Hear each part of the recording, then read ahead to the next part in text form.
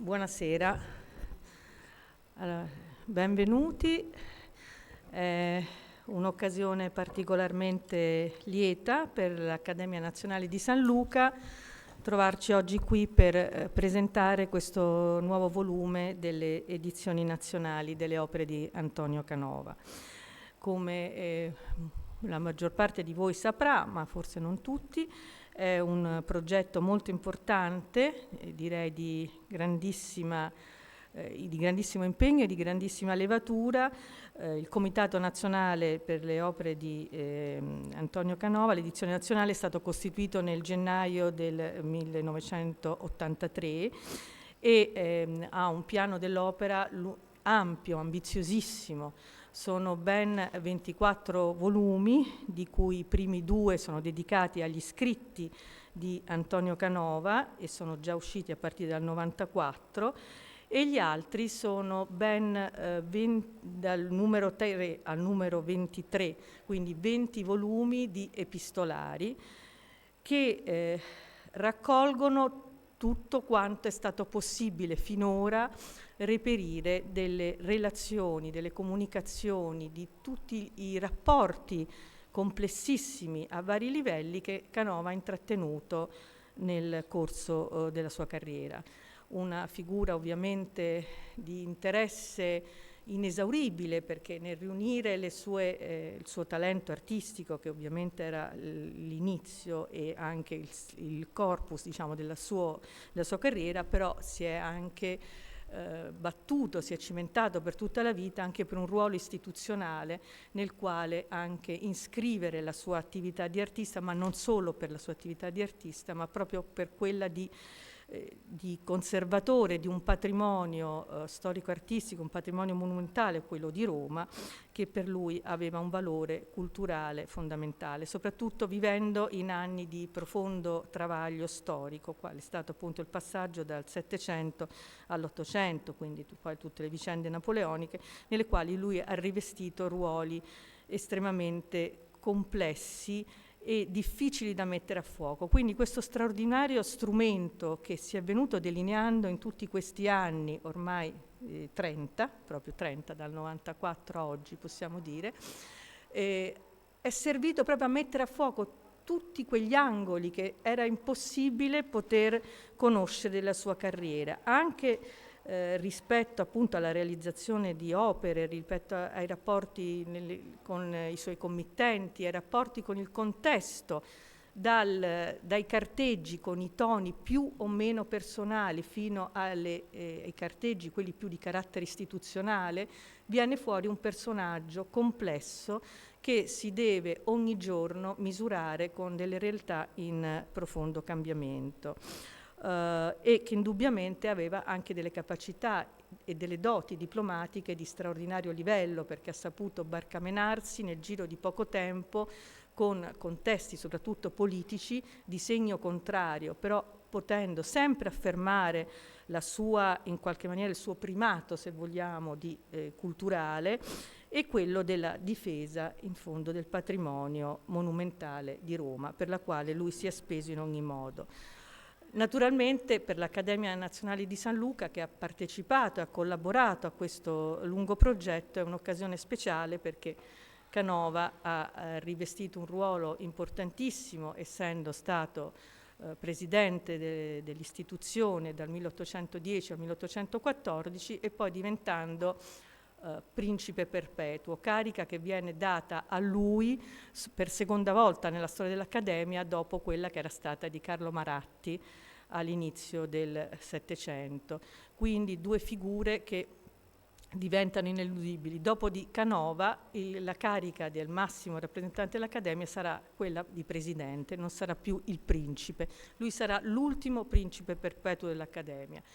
In quegli anni lui si batte moltissimo per riaprire le scuole, per rinnovare la didattica, il funzionamento, prendendo e recependo anche le influenze, le novità che erano venute dal mondo francese e dai passaggi rivoluzionari in Francia, cioè dei capovolgimenti di prospettiva, anche di non solo prospettiva proprio mentale, prospettiva ideologica delle funzioni che avevano le scuole, la formazione nell'ambito delle accademie e nel diventare artisti, che ruolo avevano gli artisti e che ruolo potevano avere in una società diversa e rinnovata e indubbiamente sempre più laica.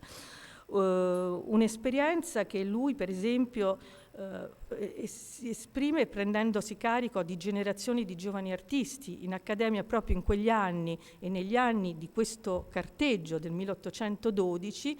Canova riformerà anche i premi. Ci sarà il concorso del famoso mecenate anonimo che è Canova, che finanzia di tasca propria e segretamente le borse di studio, le medaglie per i giovani concorrenti.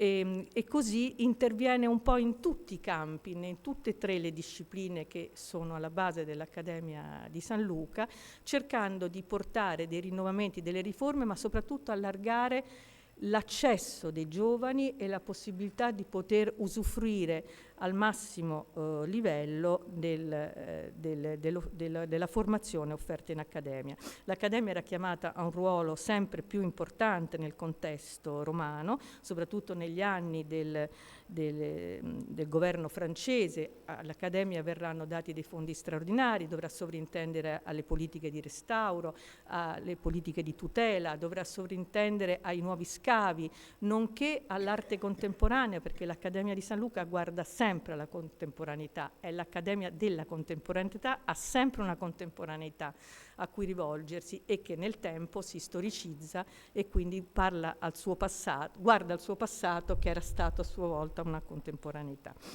Quindi in questo contesto naturalmente la presentazione di un volume così importante curato da Giuliana Ricani con l'aiuto di Desi Gogo è per noi particolarmente significativo. Io darò subito la parola a Gianni Venturi, presidente del Comitato per l'edizione nazionale delle opere di Antonio Canova, già professore di letteratura italiana all'Università degli Studi di Firenze, dove si è laureato con il professor Walter Binni, maestro di critica contemporanea. Ha scritto un libro importante su Cesare Pavese, tratto dai suoi studi, dalla tesi, al quale sono seguite pubblicazioni monografiche su Gabriele D'Annunzio, Morante, De Pisis, Bassani ed altri importanti autori del Novecento, oltre che su Ariosto e Tasso. Ha diretto l'Istituto di Studi Rinascimentali di Ferrara ed è stato presidente dell'Associazione Amici dei Musei e Monumenti Ferraresi. Presiede attualmente il Comitato Scientifico dell'Istituto di Ricerca per gli Studi su Canova e sul neoclassicismo di Bassano del Grappa. Come vi dicevo, il Comitato per l'edizione nazionale delle opere di Canova è stato istituito con questo decreto del Presidente della Repubblica il 19 gennaio del 1983, ha sede permanente presso il Museo Biblioteca Archivio di Bassano e raccoglie la stragrande maggioranza dei manoscritti dello scultore, che ammontano a 6.685 lettere, 1.765 disegni, oltre a diversi altri materiali. E quindi l'epistolario non fa altro che documentare questa straordinaria raccolta a cui naturalmente, non ho detto, fa da contrappunto anche la raccolta digitale di tutti questi documenti che permettono anche di metterli in rete con possibili altre strutture e altre biblioteche, altri archivi che potranno in tal modo tirare fuori una sorta di sincronicità di questi materiali che ci restituirà sempre di più questa tessitura così ricca e complessa. Grazie, lascio la parola. Grazie.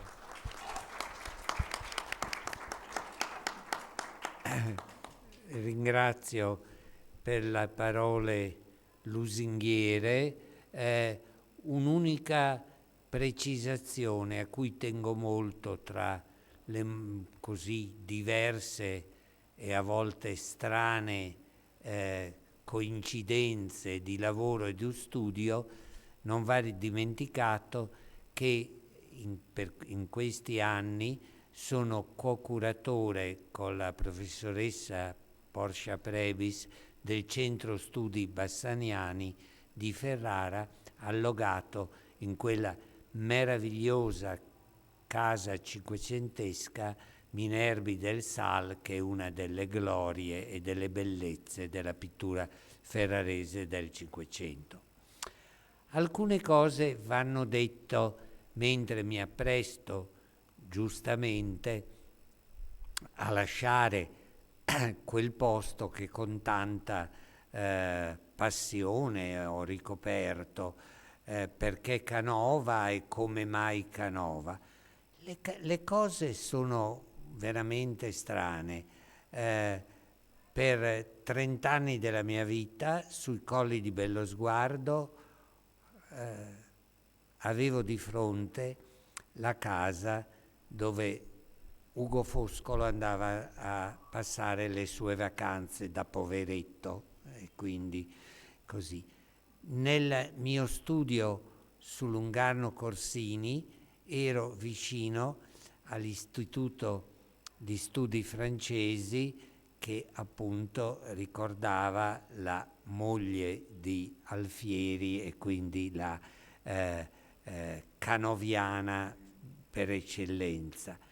Tutte queste cose hanno portato a ripensare questa necessità, più che come dire volontà, di depositare nel tempo e quindi nella storia ciò che queste lettere hanno creato e creano sulla conoscenza non di un artista, non di un pensiero, ma di una situazione di cui la storia, ormai così bistrattata, così schifosamente tenuta, viene in qualche modo a riproporre un'idea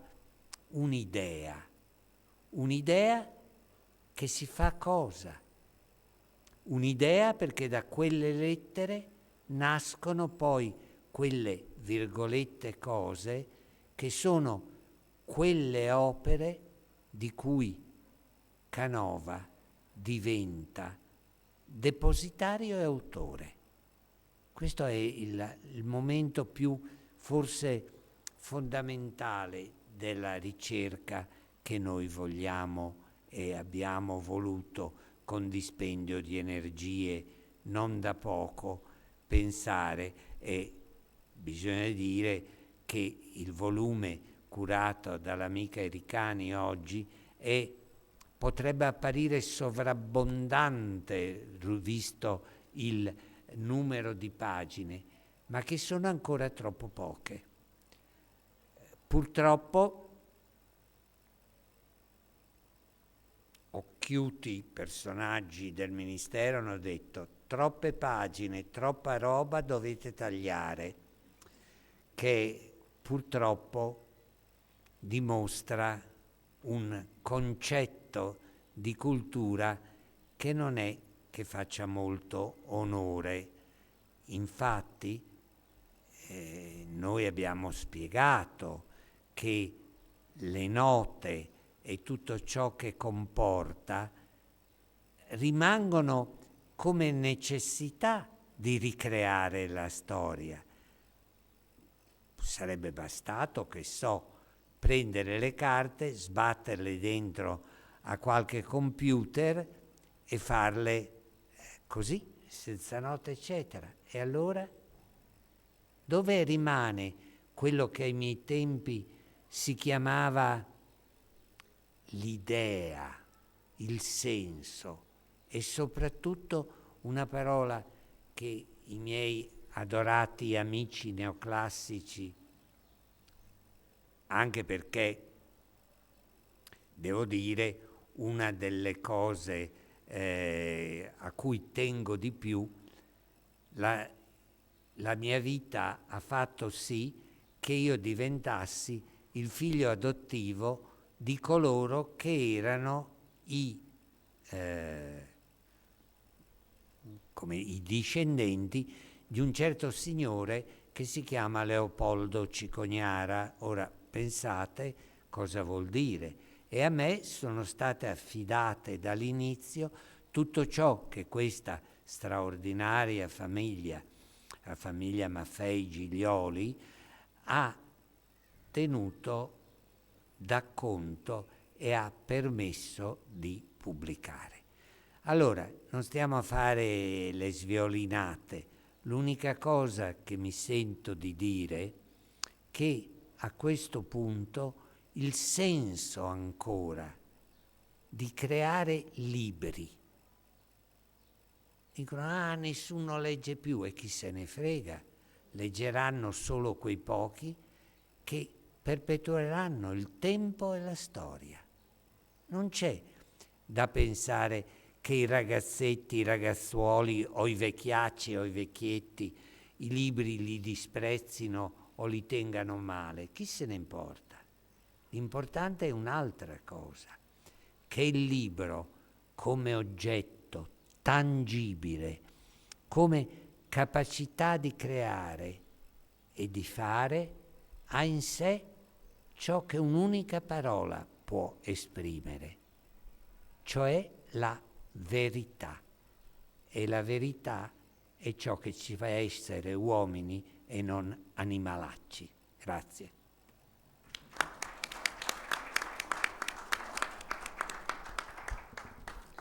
Bene, grazie.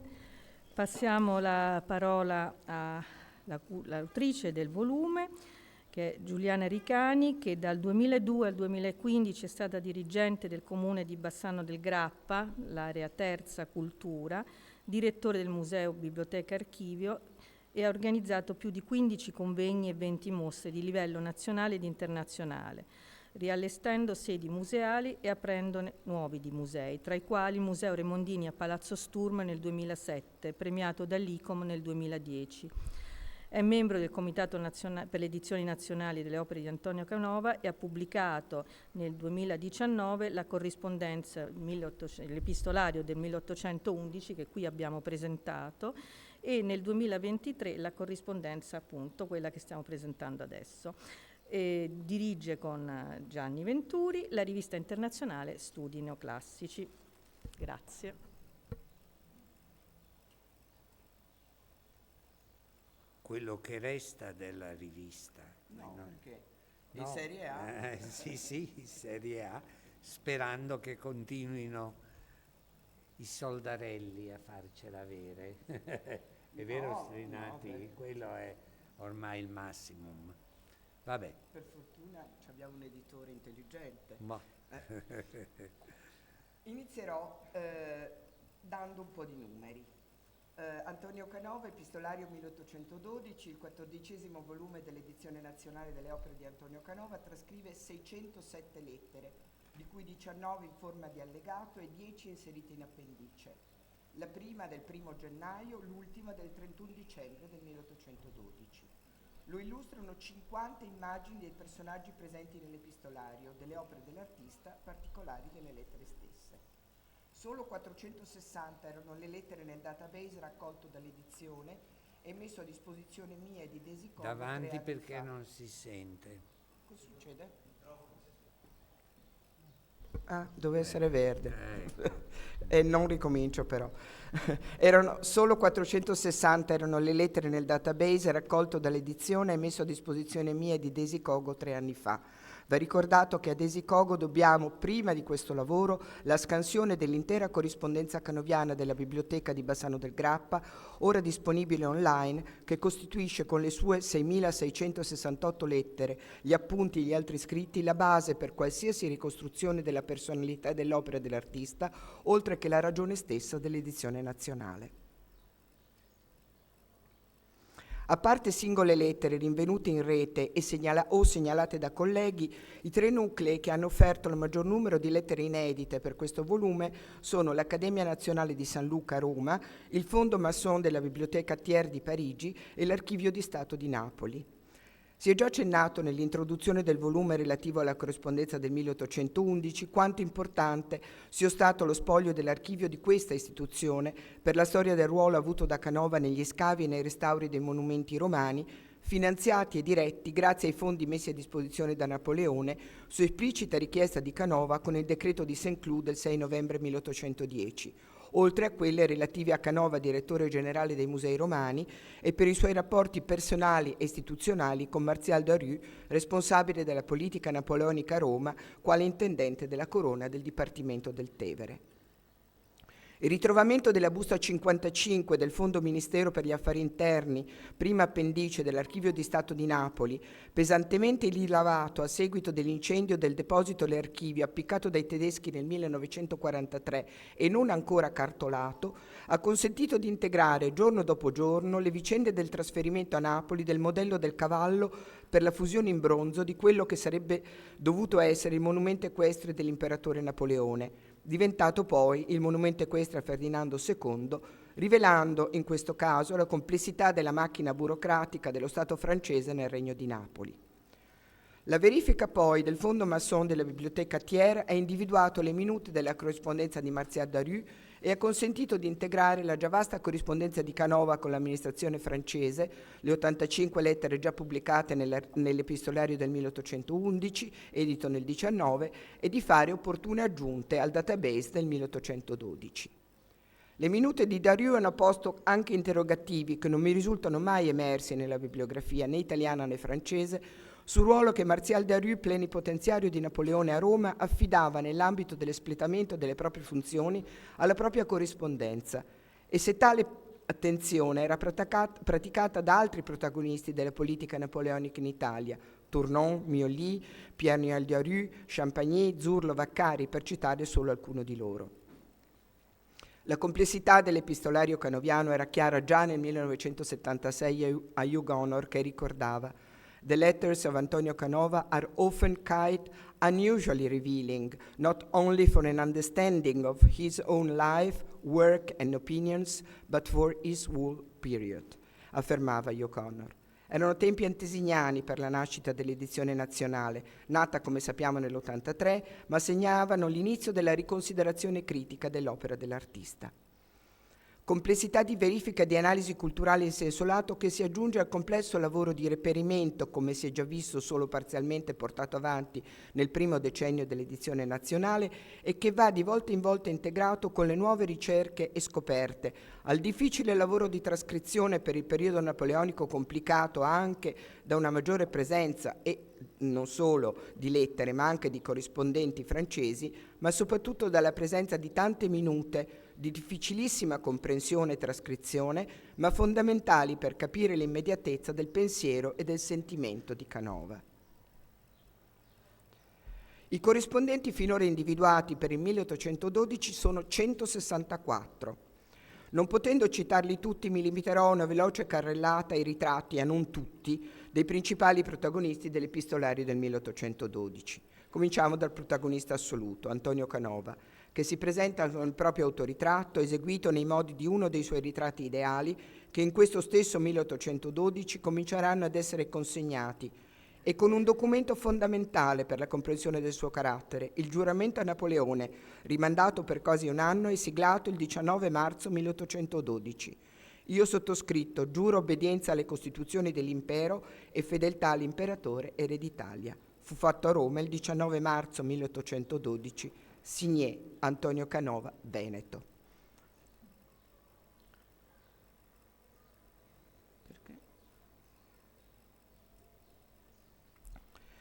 Lo presentano in quell'anno o nell'anno immediatamente precedente Rudolf Friedrich Surland del Museo Thorvaldsen di Copenaghen, accostandola alla Calliope consegnata a Rosini nel 1812, e François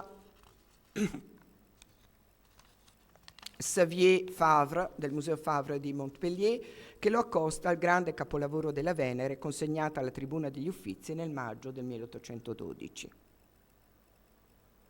L'abate Giambattista Sartori, nel più tardo ritratto ideale di Canova, fratellastro dell'artista e fedele segretario in questi anni, scrive una buona parte delle lettere del 1812. Delle 110 lettere firmate dall'artista, solo 28 sono scritte dallo scultore con la sua grafia irruenta, tutte le altre sono scritte da Sartori.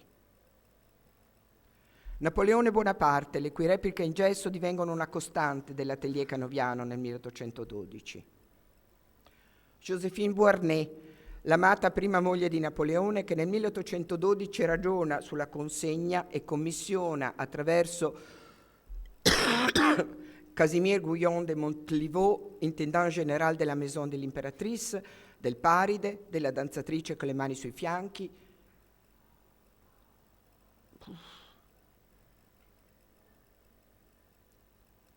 e delle Tre Grazie, del quale nel settembre Canova in casa Tambroni sui Colli Laziali esegue il bozzetto ora a Lione, come emerge dalla corrispondenza.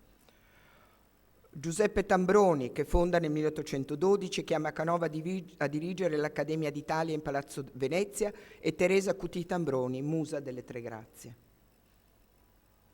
Luisa Stolberg d'Albani, compagna di Alfieri, committente della tomba del drammaturgo in Santa Croce nel 1804, consigliera di Canova nel 1812 nel suo rapporto amoroso con Minette Berg, e il compagno della marchesa inglese nei tardi anni fiorentini, François Xavier Favre, che la ritrae e si autoritrae.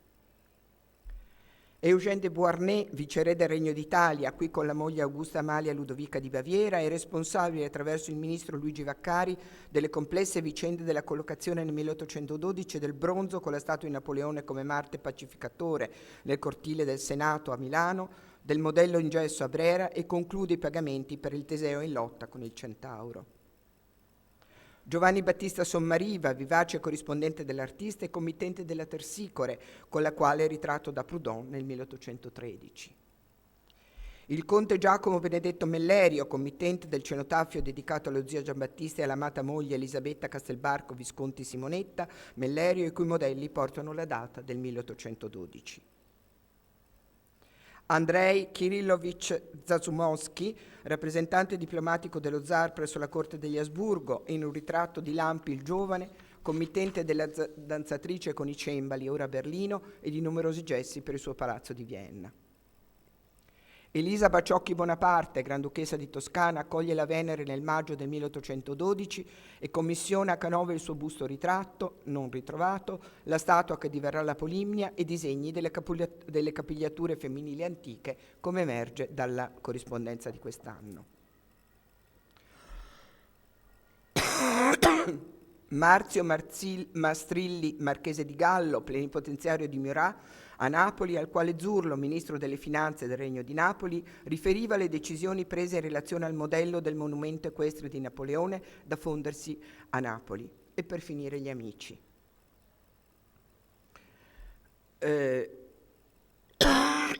Cicognara, che qui non è rappresentato, l'amico e critico francese Antoine Quatremer de Crency, e il direttore degli Uffizi Giovanni degli Alessandri e il letterato Pietro Giordani. E i professionisti dell'Accademia di San Luca, che coadiuvano Canova come principe dell'Accademia nell'insegnamento e nelle direzioni dei lavori di scavo e di restauro dei monumenti romani. L'amico Antonio D'Este, direttore dei Musei Vaticani, l'architetto Giuseppe Camporese, che con Giuseppe Valadier dirigeva i restauri dei monumenti romani, l'architetto Andrea Vici, ingegnere capo del Dipartimento del Tevere, successore di Canova alla presidenza dell'Accademia di San Luca, Giuseppe Antonio Guattani, segretario dell'Accademia, l'architetto Raffaele Sterne, impegnato nelle maggiori progettazioni del periodo napoleonico romano. Per concludere devo ricordare i debiti di riconoscenza nei confronti del personale dell'archivio e della biblioteca di questa accademia, nei confronti di Paolo Mariuzza, segretario dell'edizione, attento correttore dei criteri di trascrizione degli errori che incorrono inevitabilmente in lavori di questa portata, e quanti ancora il lettore attento ne troverà, e Daniela Peretto, che ci accompagna tutti per mano in queste imprese che sembrano non finire mai, ma che per fortuna talvolta trovano la loro conclusione. Grazie.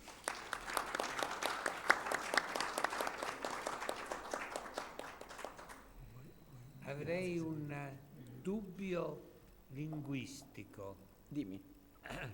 Dopo aver riguardato per non so quante volte l'introduzione, trovo, e questo non riesco a capirlo, che scrivi mesoginia. Allora è misoginia o mesoginia? Evidentemente c'è stato uno scambio di... Ecco, allora sì, no, sì. era perché appunto che tu avessi... È uno dei tanti errori che possono bene. venire fuori. Allora non siamo mesogeni, siamo misogeni. Forse. Speriamo non tutti. Allora, lascio la parola a Claudio Strinati, segretario generale dell'Accademia, già sovrintendente di Roma. E tanto bravo, tra parentesi. Grazie Gianni. Cari amici, buonasera a tutti. No, grazie, non importa.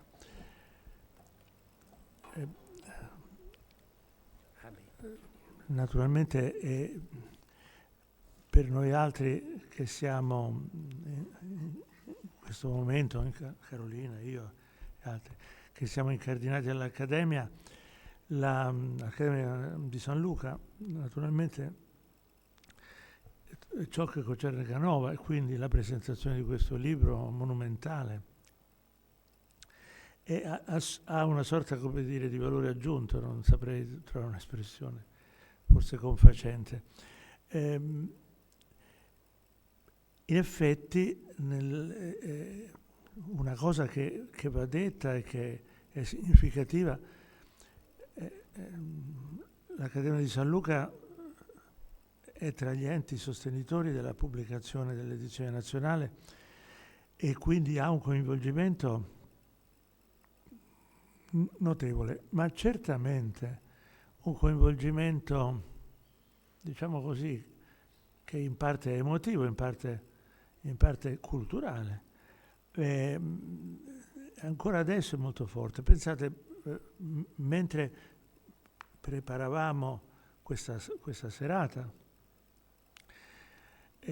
l'Accademia ha portato a compimento la pubblicazione di un nuovo numero degli studi che destiniamo a Canova, che uscirà tra breve, e quindi siamo tornati tutti quanti, chi più chi meno ben inteso, a meditare soprattutto sull'impronta che Canova ha lasciato nell'Accademia. E in effetti è molto notevole, cioè noi ci accorgiamo, ripercorrendo la storia dell'Accademia di San Luca, che alcuni dei principi o presidenti, che dir si voglia al mutare dei tempi,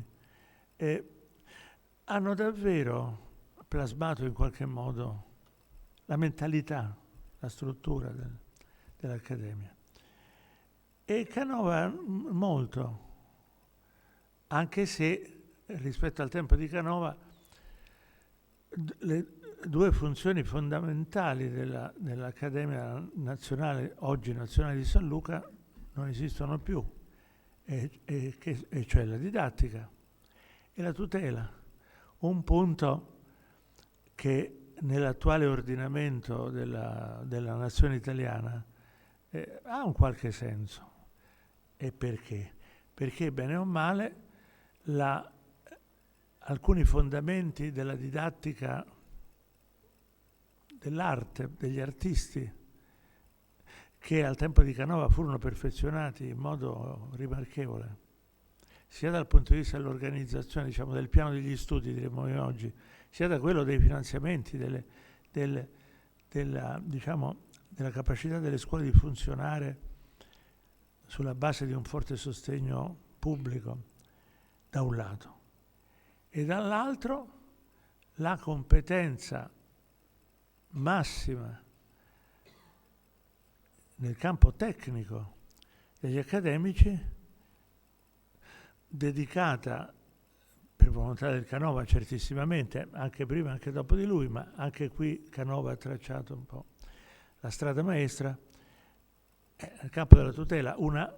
Una parte cospicua delle lettere del 1812 che costituiscono dal 1 gennaio al 31 dicembre l'ossatura di questo libro, anzi la struttura di questo libro, ne possiamo estrapolare tutta una serie che potremmo organizzare sotto il titolo tutela.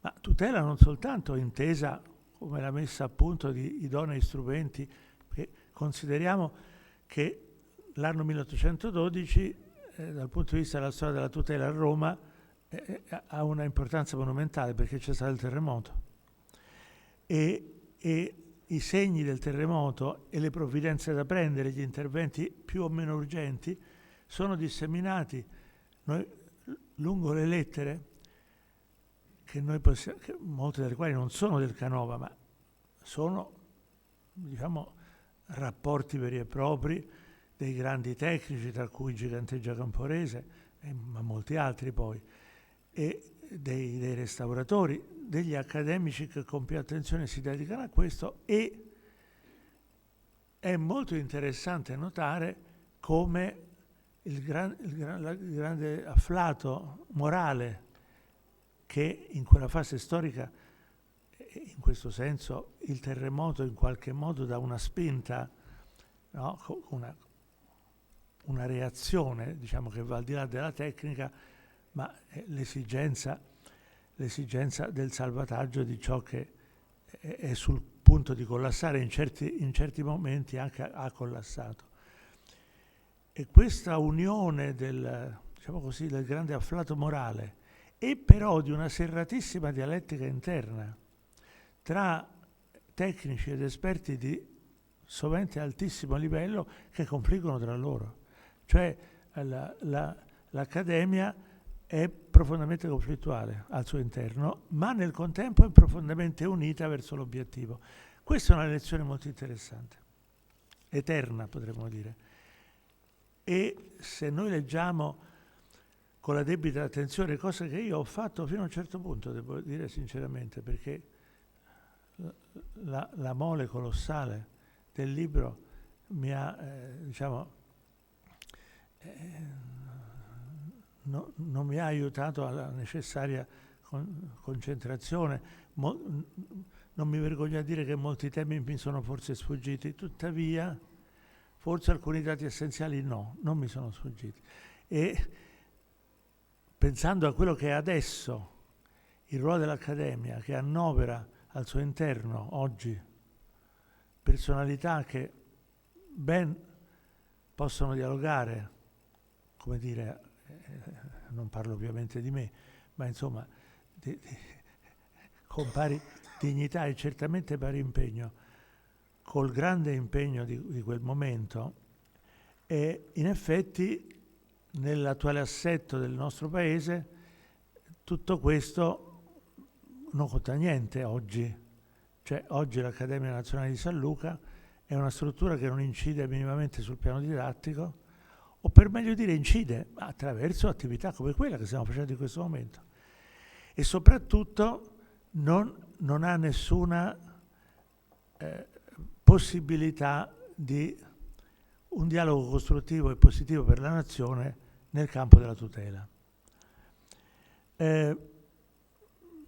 Non è un lamento, però è significativo notare che molti che ora partecipano all'Accademia come accademici, pittori, scultori, architetti, cultori, benemeriti, eccetera, vengono da esperienze analoghe a quelle del Canova, certo su un livello minore, e cioè grandissimo impegno creativo, profonda competenza e attenzione verso i problemi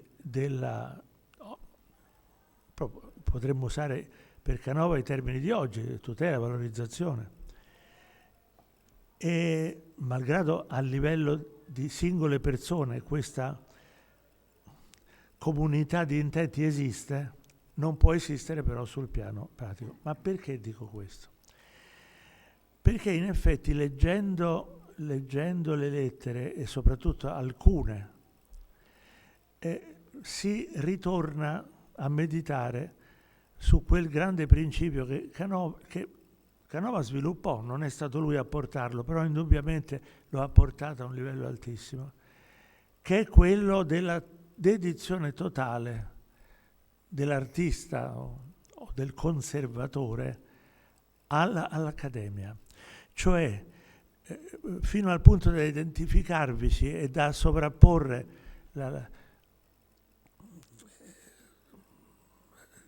i propri scopi con quelli istituzionali dell'Accademia stessa. È vero. In un certo senso Canova e tutti coloro che lo circondavano potrebbero essere oggi imputati di un paradossale reato, cioè diciamo così, l'interesse di ufficio in atto privato, nel senso che ciò che loro volevano, Canova soprattutto nelle corrispondenze del 1812 emerge bene, vogliono conseguire è questo, cioè affermare il principio della condivisione amicale, proprio nel senso classico, ciceroniano, ma applicato sul serio, nel concreto.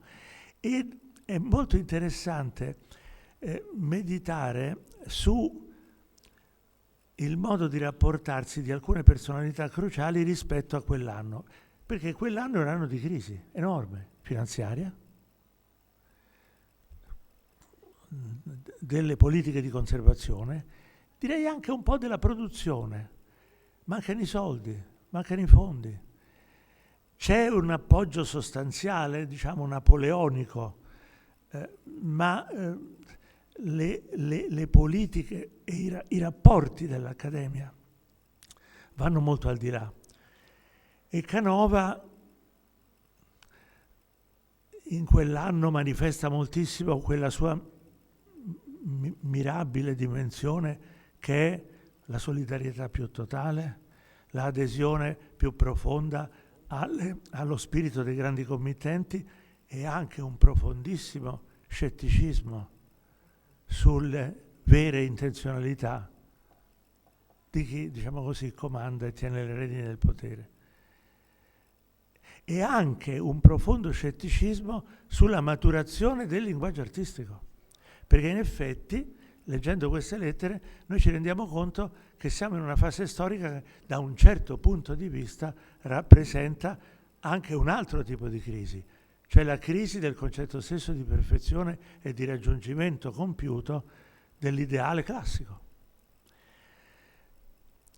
In questi giorni, scrivendo io un piccolo testo introduttivo di nessun impegno scientifico proprio per il nostro bollettino, mi veniva da pensare, proprio riflettendo ad alcune di queste lettere, quanto in un certo senso per la nostra cultura attuale il neoclassicismo sta stretto al Canova, ecco, per usare un'espressione. Lui che ne è il creatore, il promotore, il garante supremo.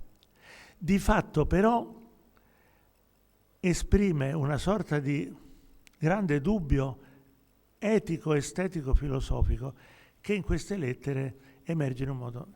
Ci sono alcune lettere veramente da manuale, soprattutto quelle scambiate con Giordani e Cicognara. Tra l'altro io devo dire la verità, non avevo mai studiato bene la figura di Giordani, non l'ho fatto nemmeno questa volta, però sono rimasto sbalordito. È una personalità veramente, sì, avevo sempre letto che un tipo per certi versi eccezionale, ma davvero da queste corrispondenze emerge in un modo strepitoso. Ma la cosa veramente cruciale è il rapporto con Canova-Cicognara. Naturalmente questo è un anno fatale per Cicognara, perché sta andando avanti nella stesura della sua immensa storia e mancano i fondi. E praticamente il grande studioso dispera di riuscire a pubblicare così come vuole. E allora così intreccia un dialogo con Canova che poi è legato anche ad altri fattori molto, molto importanti, e la posizione critica di Cicognara, critica rispetto alle opere che Canova sta producendo in quel momento, si intreccia con l'interesse di Cicognara di avere un sostegno. E accade una cosa che veramente vale la pena di leggerla, non la voglio né posso parafrasare, che non ne avrei nemmeno la capacità analitica, però c'è quella tipica procedura che tutti noi nella vita abbiamo in qualche modo o sperimentato in prima persona o subito o attivato, che è quella di lusingare colui al quale dobbiamo chiedere un grosso favore. Lusingarlo con sincerità. Insomma, per farla breve, Cicognara, che tra l'altro ha una scrittura per certi versi eccelsa,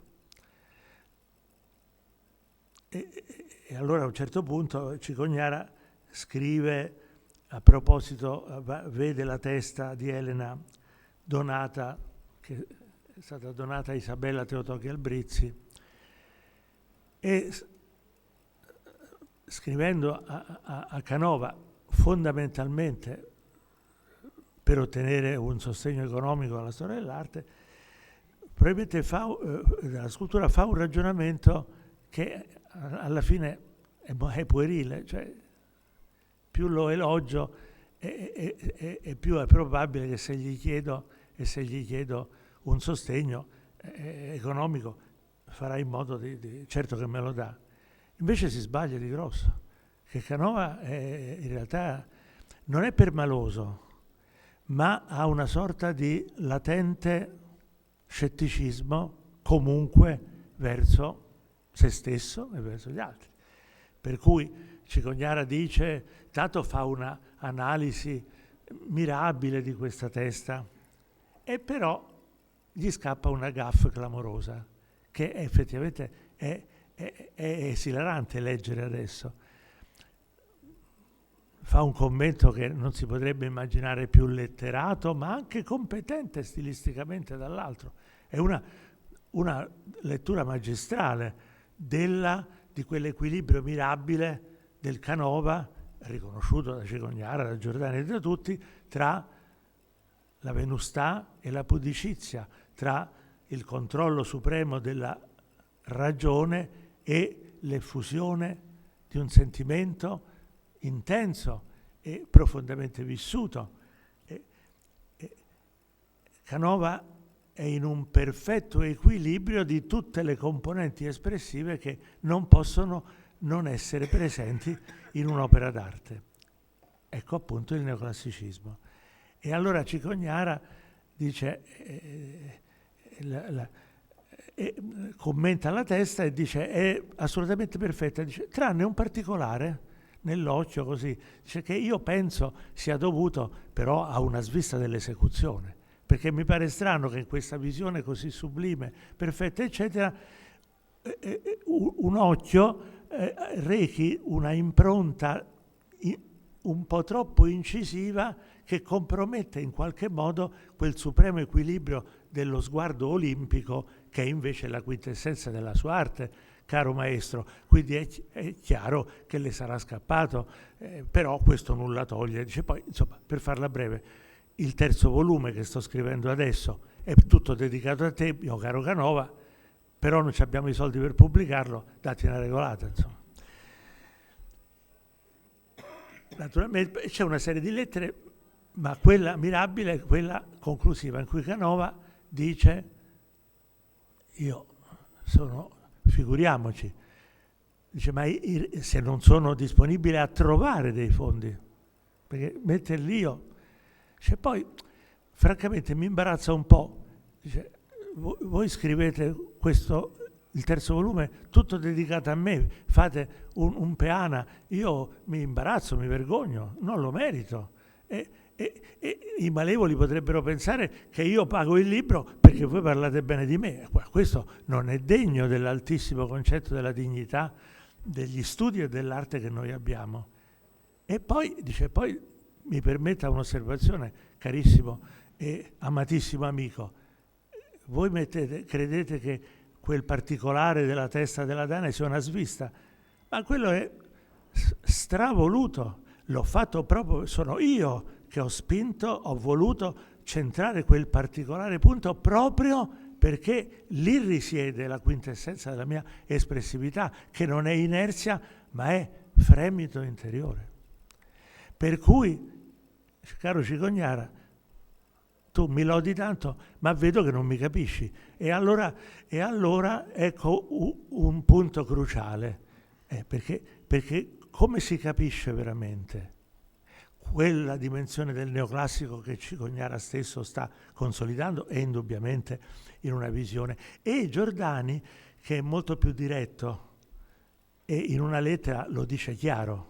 C'è una lettera di Giordani meravigliosa che dice: guarda che Cicognara ci marcia un po' su questo. Cioè io lo stimo moltissimo, lo adoro, dice, però dice, ti rendi conto che in realtà alla fine ti fa un cattivo servizio, perché presentandoti come l'apoteosi, il punto d'arrivo, eccetera, in realtà quasi ti espone al ridicolo. E Giordani scrive una atroce parolaccia in questa,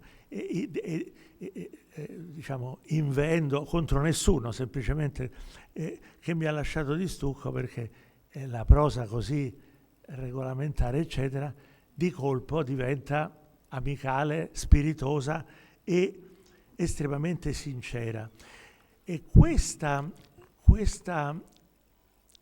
esigenza di sincerità che tenga un po' sotto controllo l'assoluta omologazione che comunque il linguaggio neoclassico implica, e questo è molto interessante, questo aspetto, in tutte le varie segnalazioni, gare, concorsi di cui Canova si occupa, e in cui c'è sempre latente questo grande problema. I giovani migliori, più preparati, più bravi, che Canova sostiene a spada tratta, che finanzia, per cui è pronto veramente a qualunque sacrificio, ma indubbiamente lo è perché vengano omologati il più possibile. Cioè in quel momento, negli anni tra il 10 e il 20, non c'è soltanto la crisi finanziaria, non c'è soltanto la crisi di certe amicizie, di certi rapporti, situazioni grottesche, paradossali. Quella più bella di tutte è l'invito che Canova riceve a recarsi a Napoli per fare il ritratto all'imperatrice. Lui naturalmente non ci vuole andare neanche morto, perché c'ha moltissimo da fare. Poi è terrorizzato dal fatto che ogni giorno si sente dire che sulla strada per Napoli t'ammazzano. E allora naturalmente è bellissima la sequenza delle lettere.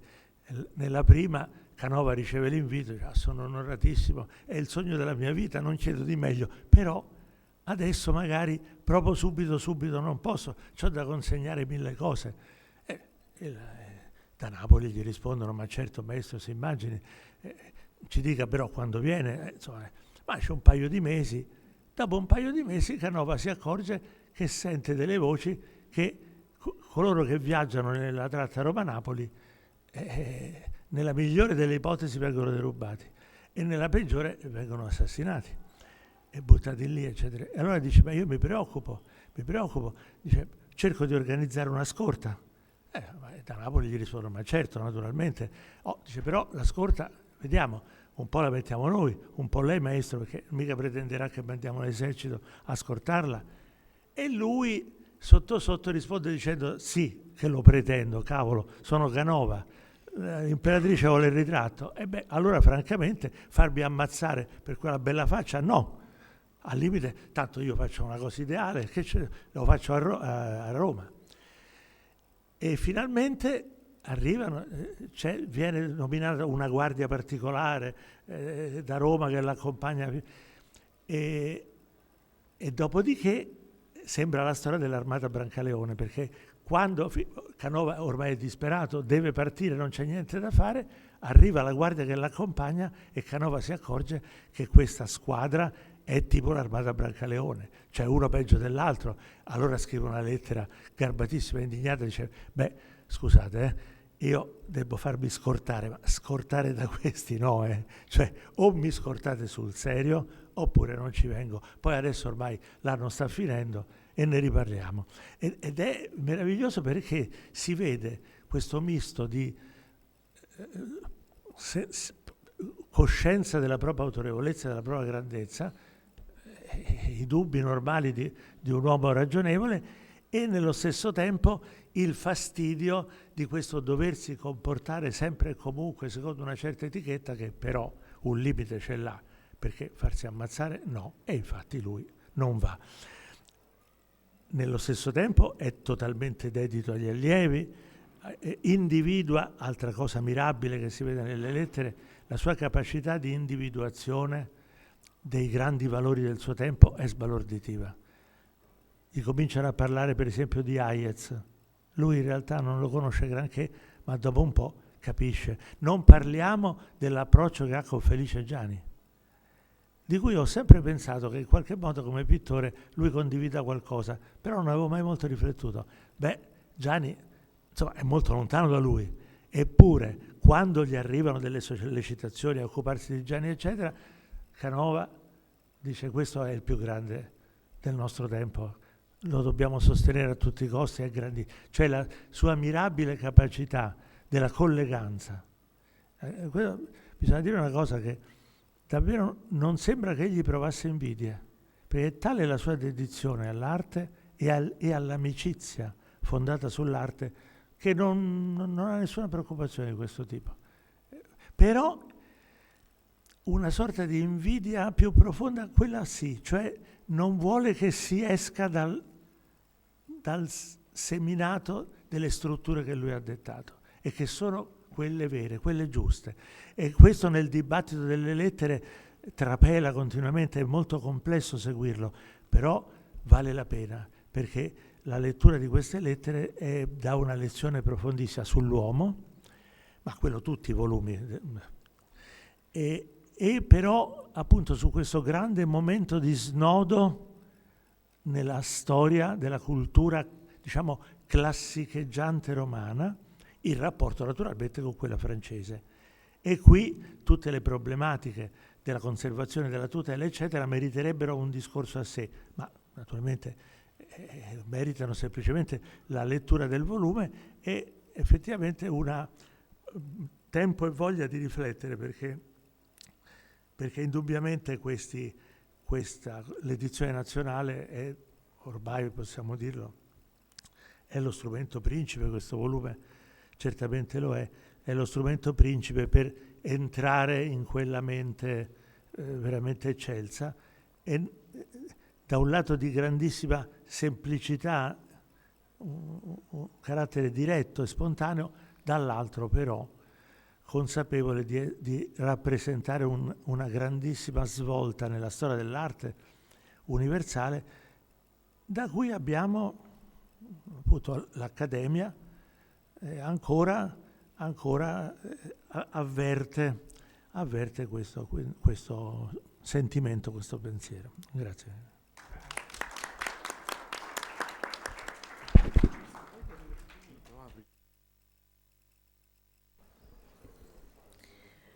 Adesso abbiamo per ultimo intervento quello di Francesco Leone, professore ordinario di Storia dell'Arte Contemporanea all'Università Gabriele D'Annunzio di Chieti Pescara. È stato coordinatore del comitato scientifico del Museo Gipsoteca Antonio Canova di Possagno ed è componente del comitato per le edizioni nazionali delle opere di Antonio Canova. Allo scultore ha dedicato, come è noto, molte mostre di rilevanza internazionale, numerosi studi in cui ha pubblicato opere e documenti inediti, oltre alla confluito poi nella più recente monografia del 22 che è stata qui presentata l'anno scorso. Francesco Leone studia artisti e movimenti che vanno dall'età neoclassica alle avanguardie, quindi coprendo tutto quello che la storiografia considera l'epoca della contemporaneità.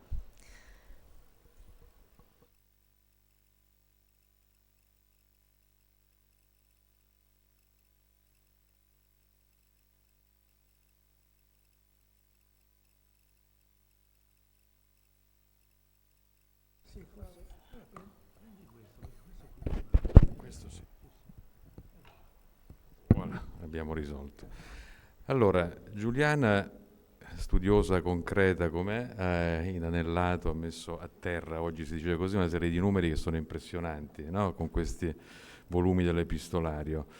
Claudio ci ha condotti un po' per mano nella Roma di quegli anni, e a me spetta allora di raccontarvi un po' il Canova che emerge da queste lettere, che è lo stesso di sempre, diciamo così, ma con dei temi ricorrenti che ci aiutano bene a capire l'uomo, l'artista, lo scultore, con tutte, anche con i suoi lati oscuri, o se volete anche con tutte le sue incertezze. Anche in questo Giuliana ha aiutato, perché le lettere sono introdotte da un cospicuo testo che è diviso per paragrafi, e quindi se noi seguiamo questi paragrafi e ci accodiamo un pochino, riusciamo un pochino a tracciare la vicenda canoviana intorno al 1812, in questa Roma un po' desolata, che parla francese, che ha, come ricordava Claudio, problemi economici, insomma in un momento piuttosto particolare.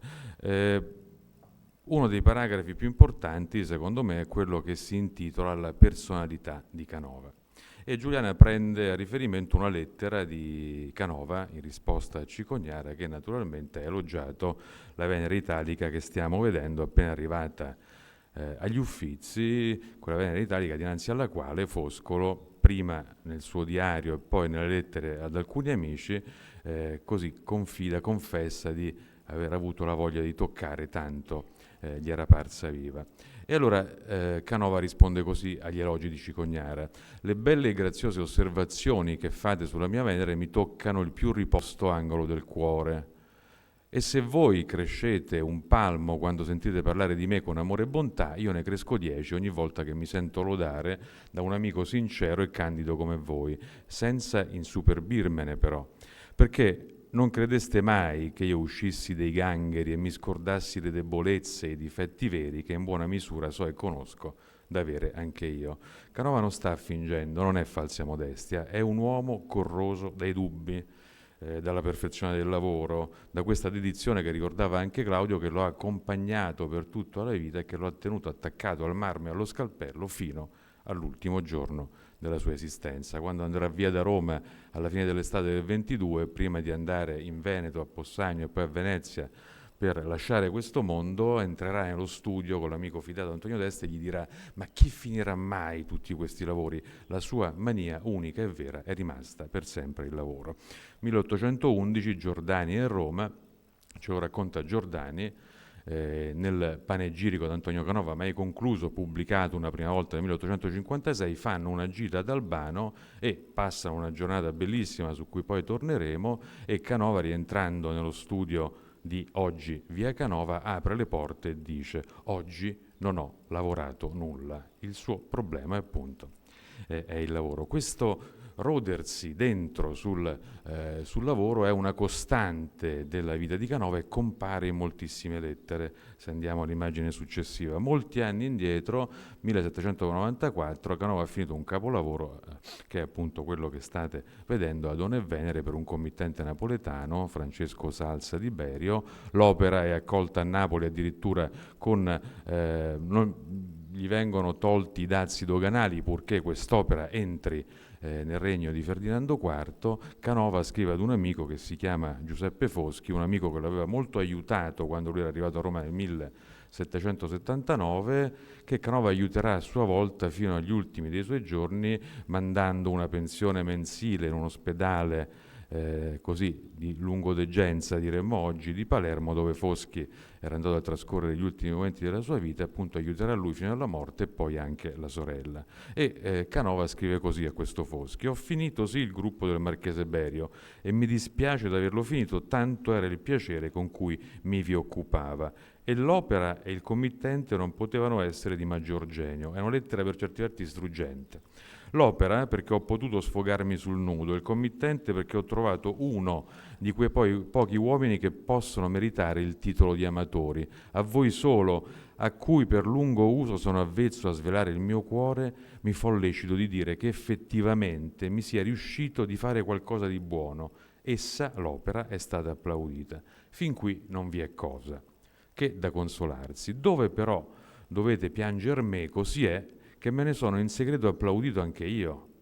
E voi sapete che questa è la prima volta. Quando peraltro sono fuori dello studio e che penso all'immenso spazio che mi resta a percorrere per giungere alla perfezione, ecco, lì, tendere alla perfezione, mi vien voglia di tornare indietro e gettare in pezzi il gruppo per farlo di nuovo. Ma quando l'ho presente sento nel fondo del cuore una voce che mi dice: potevi far meglio. Ma cerco questo meglio e quando credo di averlo trovato mi si dissipa e non lo posso realizzare. Ecco adunque la mia opera a livello delle mie idee. Cattivo segno, amico, ad ogni altro che a voi parrebbe questo mio discorso un delirio. Questo torna sempre. Antonio d'Este, lo abbiamo già citato, gli sta sempre a fianco e ricorda come molto spesso quando i due viaggiavano fuori Roma insieme, ricordava Claudio che portare via Canova da Roma non era affatto facile, in queste giornate, secondo lui, di perdita di tempo, incontri ufficiali, istituzionali, serate a teatro, eccetera, l'unico ristoro era la sera, tornando in casa per poter finalmente disegnare e dare una forma figurativa, quindi una parvenza d'arte, a quello che durante il giorno aveva incontrato. E appunto il tema dell'accanimento sul lavoro, come sappiamo, è il tema per il quale Canova non ha mai preso moglie, non si è mai legato affettivamente. E passo ad un altro punto trattato da Giuliana, che è appunto questo rapporto di Canova con le sue amiche, che non è appunto un paragrafo di civetterie, ma è dato dal fatto che in questo anno 1812, poco prima e poco dopo, questo Canova che si è dedicato sempre e solo all'arte evidentemente pensa, gli ronza in testa qualcosa, no? E quindi incontra diverse figure femminili, i rapporti con le quali non sono mai così ben chiari, amicizia o qualcosa di più, amicizia o qualcosa di meno, e in questo anche l'epistolario non riesce mai a fare chiarezza fino in fondo. Era già iniziato questo ripensare sui legami affettivi qualche tempo prima, nel 10 era stato a Fontainebleau, anche lì andando via controvoglia da Roma, per modellare il ritratto della nuova imperatrice, la seconda moglie di Napoleone, Maria Luisa d'Austria. E Napoleone, che in termini, come dire, camerateschi, parlava con Canova e gli diceva che non voleva portarsi dietro la moglie perché era molto raffreddata, perché era incinta durante una battuta di caccia, chiede a Canova se lui aveva mai pensato di prendere moglie, e Canova risponde così: dovevo farlo, ma la combinanza ha fatto che sono restato libero, onde il timore di non trovare una donna che mi amasse come forse avrei fatto io a lei. Non ho voluto più pensarvi per poter essere libero e darmi tutto all'arte. Dunque il tema di Canova con le sue amiche riemerge prepotentemente in questi anni. Quella stessa gita fatta con Giordani nell'11 ad Albano era stata foriera di 1000 confessioni. Molto strano questo per Canova, e Giordani ci racconta che appunto Canova gli aveva detto questo: quanto gli costava la sua adorata arte, ma sospirando Canova rimembrava di avere per lei rifiutato ogni piacere della vita e di tutti i piaceri il più dolce e a lui più desiderabile di riamare amanti donne. E appunto in questo 12 Canova incontra delle figure che lo fanno nuovamente riflettere. Una appunto che crea un piccolo scandalo è questa Minette de Berg, sposata con un barone spagnolo, il barone d'Armendariz. Canova l'aveva conosciuta a Roma nel 10, ma i loro contatti epistolari risalgono al 12 perché lei a Firenze aveva sposato per procura questo barone spagnolo. A un certo momento decide di voler interrompere il matrimonio e di rimanere per sempre a Firenze. Ci sono dei problemi perché Canova si era legato affettivamente appunto a questa signorina molto più giovane di lui. Tutto viene sanato quando Canova chiede alla contessa d'Albani, che abbiamo visto prima, di intervenire, chiede di farla ragionare. Lei non interrompe, non spezza il vincolo matrimoniale e decide di raggiungere il marito in Spagna.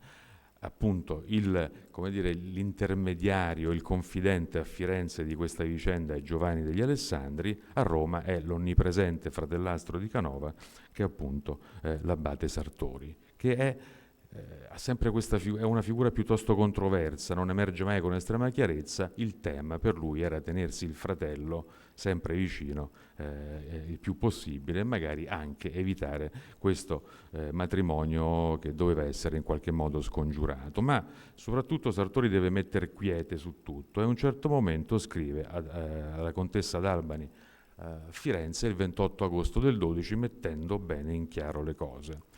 In quanto poi all'immaginazione, posso io farle ogni più splendida testimonianza che egli, il fratello, l'ha avuta sempre tranquilla e riposata. Questo non fosse, a quest'ora Madame Minette sarebbe sua moglie, ma gli è andato sempre, come dirsi, coi piedi di piombo, ed era solamente invitato a tal passo dalla riflessione, combattuta però da tante altre, che bastarono a tenerlo in bilancia finché l'occasione gli fuggì di mani, e fu il meglio, a parer mio.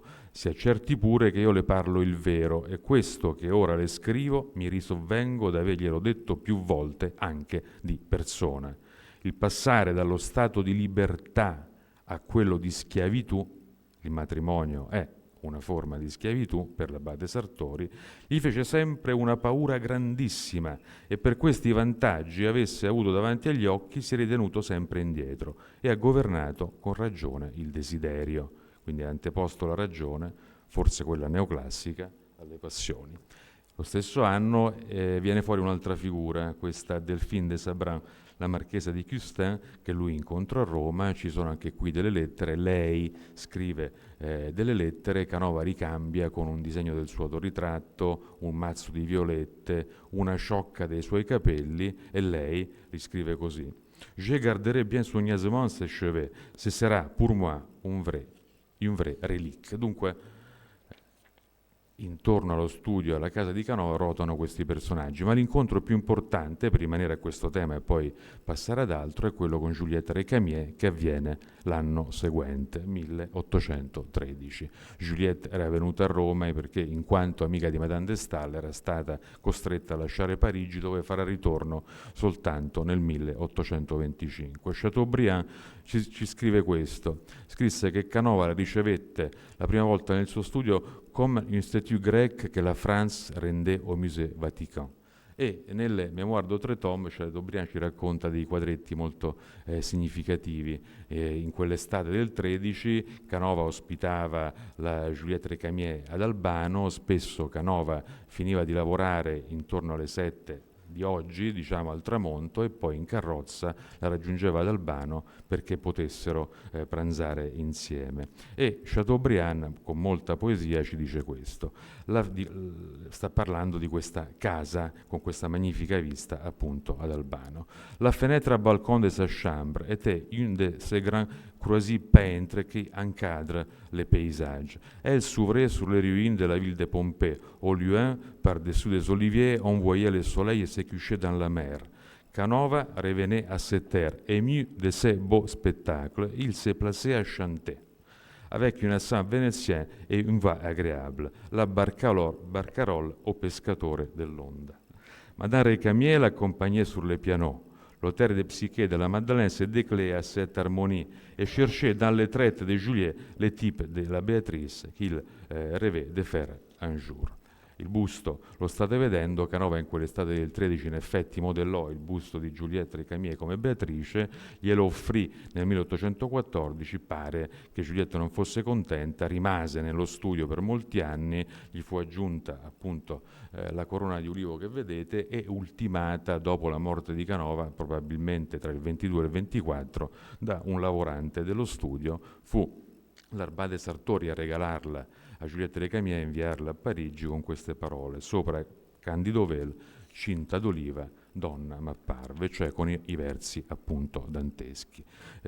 Se andiamo avanti, passiamo ad un paragrafo successivo, che sono appunto le opere che escono quell'anno dallo studio di Canova. È un anno decisivo perché molte di queste opere, appena ultimate, molte, 3 soprattutto, vengono inviate a Parigi e vengono esposte al Salon che si tiene tra dicembre 12 e gennaio 13, e sono delle opere che finalmente in modo univoco sanciscono la fama di Canova sulla ribalta parigina dopo il Salon del 1808 che, pur avendo esposto dei capolavori come Maddalena Penitente o Madame Mère, aveva lasciato presso i francesi alcune perplessità.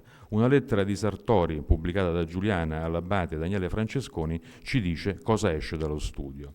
Su marmo è finita la statua della Tersicore, in piedi con la lira. Questa è la mia fiamma e vorrei che la vedeste pur voi, ma se non venite qui presto, non fate un volo a Parigi, non la vedrete mai. Essa appartiene a Sommariva. Vi è pur finita la Venere, che dovrebbe rimpiazzare il posto della Medicea nella Galleria di Firenze. Ve n'è un'altra simile, finita pur essa, con delle variazioni quasi risibili, e serve per il re di Baviera, Ludwig di Baviera, a cui Canova era molto legato, per il quale si sta terminando in marmo un paride più grande del vero, e un secondo paride sarà per l'imperatrice Giuseppina, e a lei appartiene la statua d'una danzatrice. Allora partiamo brevissimamente con la Tersicore.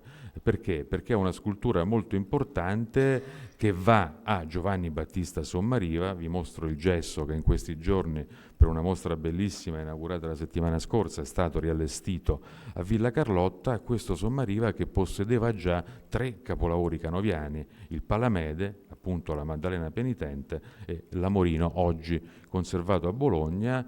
È il quarto, la Tersicore, a cui si sarebbe aggiunto qualche anno più avanti addirittura un quinto marmo, una testa di Elena non rintracciata, che hanno fatto di Sommariva il più grande possessore di marmi canoviani, Canova vivente, ancor più dell'imperatrice Joséphine de Beauharnais.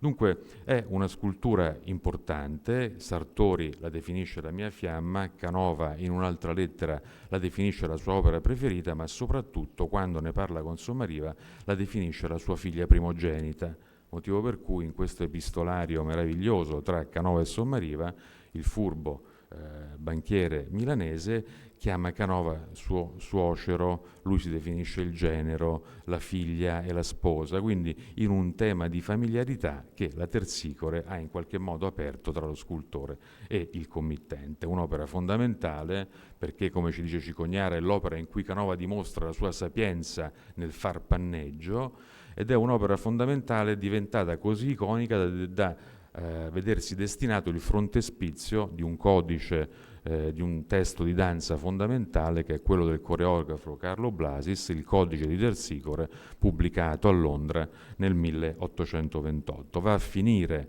nella stanza da letto di Sommariva, in quanto sua sposa, così da essere ammirata appunto con quelle luce delle candele dei moccoletti che lo stesso Canova auspicava per i suoi marmi, per far sì che questi marmi non albeggiassero, ma che fossero animati da impasti, mezze tinte che legassero la scultura alla pittura. E poi, se andiamo avanti, erano andate a Parigi altre 2 opere, una fondamentale, il Paride, uno dei maggiori capolavori di Canova, che insieme al Perseo dei Musei Vaticani e al Palamede Sommariva di Villa Carlotta doveva testimoniare l'eccellenza di Canova in questo genere misto, Cicognara lo definisce così, di grazia e dignità, quindi non figure graziose, non figure erculee come i pugilatori o come Ercole che scaglia lì che il mare, ma delle figure appunto mediane. Ma diversamente da come accade alla Tersicore e come vedremo ora alla danzatrice con le mani sui fianchi, il Paride non viene esposto al Salon. Appena arrivato a Parigi, tra la fine del 12 e gli inizi del 13, prende immediatamente la via di Malmaison, perché appunto era una committenza per Joséphine Beauharnais. Come abbiamo ascoltato dalla lettera, Canova ne fa 2, uno per Ludwig di Baviera e questo per la nostra Joséphine de Beauharnais. Ma nonostante, come dirà ora Quatremer de Quincy, l'opera stesse un po' lontanino da Parigi e non stesse al Salon, tutti corrono a vederla. E così Quatremer scrive a Canova un po' dopo il nostro epistolario, il 12 febbraio 1813. Mi fu detto ieri che il signor Visconti, Ennio Quirino, no, transfuga a Parigi, legato a Napoleone, che il vostro Paride è arrivato, ma che essendo portato addirittura alla Malmaison dall'imperatrice Giosefina non sarà esposto al Salon. Questo mi rincresce assai, perché Malmaison, essendo a 12 miglia da Parigi e poco visitato, il Paride non avrà la sorte che merita, ma speriamo che verrà occasione di farlo viaggiare in Parigi. E poi, dopo averlo visto invitato da Joséphine a Malmaison, Quatremer scrive così: Paride, punto esclamativo, Paride, punto esclamativo, Paride, punto esclamativo, è un capodopera, va al pari del bell'antico. Ecco come dicono tutti, e così dico io. Fui accolto dall'imperatrice con una bontà particolare. Passai più di un'ora con lei ad ammirare la statua e a parlare di voi e di tutto quello che vi riguarda. Sono restato 3 ore a considerarlo, or solo, or con diversi artisti e intendenti, or con l'imperatrice, e non ho potuto saziarmi d'ammirazione. Semplicità e varietà di composizione, grandezza di stile, eccetera, eccetera. Va sicuro, caro amico, che se finisce di lodare perché mancano le espressioni ad esprimere quel che si sente.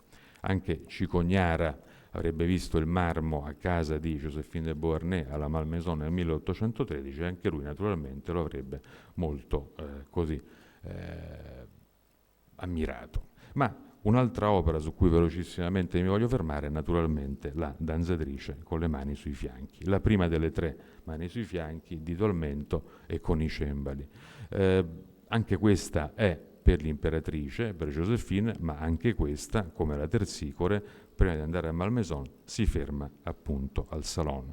E qui Claudio diceva prima di questa crisi non solo economica ma anche estetica in qualche modo in questi anni. Ecco, Le danzatrici sono quelle opere insieme ad altre con cui Canova, molto prima di molti altri artisti, si apre alla sensibilità che la storia dell'arte conosce come sensibilità romantica. Queste 3 giovani sono l'emblema di una bellezza universale, di una bellezza naturale, sono la perfezione della giovinezza nell'istante in cui si fa e l'istante prima che inizi a sfiorire. Sono 3 figure femminili senza identità che si rifanno alle danze appunto del popolo. Sottolineo senza identità perché Canova, quando legge un articolo di Quatremer de Quincy sul Journal Universel che appunto pubblica, parla della danzatrice, la definisce erato, e così Canova gli scrive. È vero, Giuliana si ferma su questo tema, e Canova gli scrive questo nel 1813.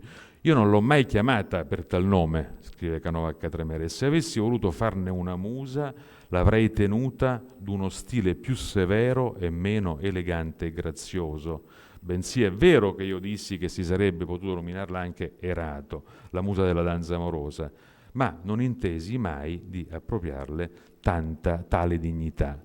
Questo è un tema centrale perché l'identità di ciò che raffigura implica in Canova un trattamento delle anatomie, delle pelli, dell'epidermide, che appunto devono essere precisamente riferibili al soggetto che si sta rappresentando e comunque al Salon, naturalmente, proprio per questa nuova sensibilità che esprime, non è la Tersicore a vincere, ma è chiaramente la danzatrice con le mani sui fianchi. O questa, amico, ha avuto un incontro smisurato. Vi fu, è Quatremer che scrive, per i primi giorni una folla che non potete credere. La Tersicore è stata stimata e lo merita, ma non vi hanno trovato quel non so che rapisce l'anima e fa gridare quanto è bella. La danzatrice fa impazzire tutti, in verità non credo che si possa immaginare né un motivo più nuovo e semplice insieme, né una mossa più leggiadra, più nuovo e semplice insieme. 2 aggettivi che ci dicono molto come questa sensibilità estetica che cade dentro la restaurazione stia appunto mutando. Né un partito di panneggiar più grazioso, ma il nudo, testa, collo, piedi, braccia e piedi hanno una perfezione, bellezza e verità particolare. Voi solo, dicono tutti, fate vivere la pietra. E io dico lì stesso. È un tema bellissimo questo. Nell'inverno del 1815 c'è a Roma il duca e la duchessa di Bedford. Dai diari del poeta Samuel Rogers sappiamo che la duchessa di Bedford invita Canova a pranzo e dopo pranzo lei in persona si mette davanti a Canova e balla la tarantella con i cembali, con le castanet. Dunque dobbiamo immaginare questo mondo straordinario che omaggia e idolatra appunto Canova. Ho quasi finito, mi fermo soltanto su un ultimo aspetto, che sono le opere in lavorazione nello studio di Canova in quel momento. Appunto licenziati questi capolavori, Tersicore, Paride, danzatrice con le mani sui fianchi, ci sono alcune opere molto importanti che sono in via di lavorazione. Mi fermo soltanto su una anzi su due, che sono le due steli commissionate da Giacomo Mellerio a Roma, oggi conservate a Palermo, e sono le stele di Elisabetta Mellerio Castelbarco e di Giovanni Battista Mellerio.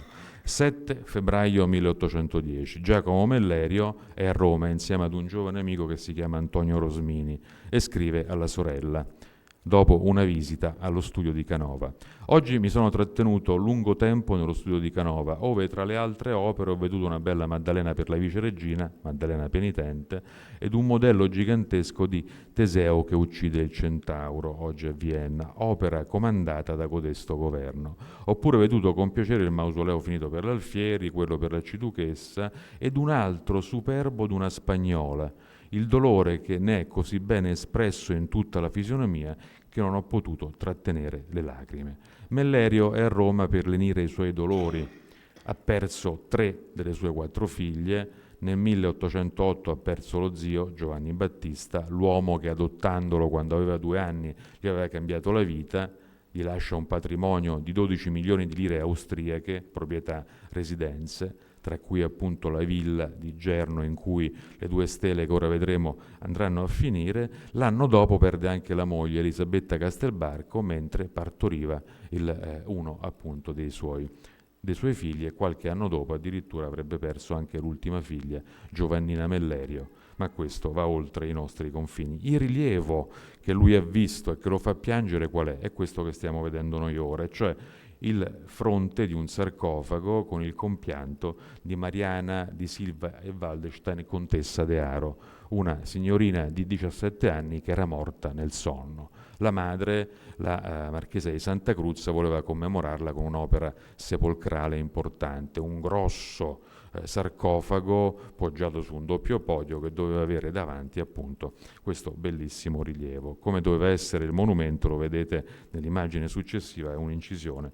di Giovanni Tognoli. Il monumento purtroppo non fu realizzato perché la committente, la madre della giovinetta scomparsa, morì, e perché il fratello non poté onorare la committenza perché Napoleone lo incarcerò in Piemonte, e quindi Canova, dopo aver ricevuto 1/3 della cifra pattuita, scolpì il bassorilievo del fronte di sarcofago che oggi appunto si trova a Possagno. Dopo aver visto questo, si mette alle calcagna di Canova per avere le 2 stele funerarie della moglie e dello zio Giovanni Battista. Nel 10, committenza avviata ufficialmente nell'11, modelli in gesso realizzati proprio in questo 1812, conservati a Possagno con la scritta graffita aprile 1812. La cosa straordinaria è che Mellerio, che sta riammodernando questa villa nella Brianza milanese, ad opera di suo cognato Giovanni Battista Cavazzi della Somaglia, chiede la realizzazione di una cappella apposita che possa ospitare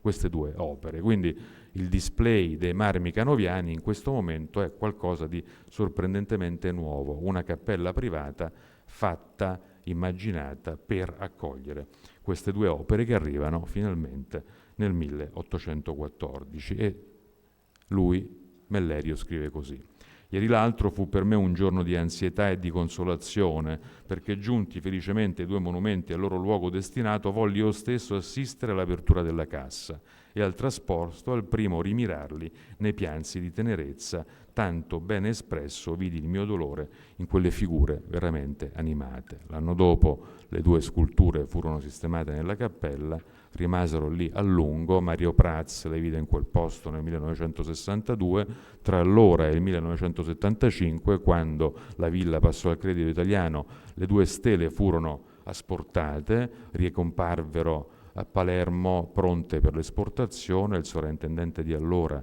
le bloccò. Intanto sono scomparsi i 2 marmi neri con le iscrizioni su cui erano poggiate, i frontoncini in alto che non abbiamo più, che qui vediamo da vecchie fotografie, e da allora appunto furono conservate a Palermo. Sono 2 stele fondamentali perché Canova ha iniziato la realizzazione di queste stele ispirate in modo originale dall'arte neoattica greca, con quella di Giovanni Volpato nel 1803, ma queste sono le uniche 2 in cui queste raffigurazioni femminili, in cui si incarnano non le glorie e le virtù terrene dei personaggi commemorati, ma dei sentimenti umani legati agli affetti, sono stanti in piedi. Vengono da altre creazioni canoviane, ma sono l'ultima, come dire, maturazione di Canova insieme al monumento degli ultimi Stuart in San Pietro, con cui Canova, come Foscolo nella poesia, ha reso questi sepolcri il pascolo della memoria e il terreno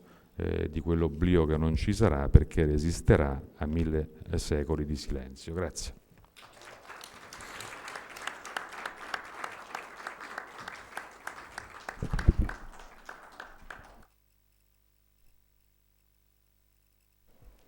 Bene, ringrazio moltissimo i relatori, Giuliana Iricani, per questo nuovo volume, questo nuovo contributo che porterà dei nuovi tasselli importanti a questo mosaico così ricco e inesauribile in qualche modo.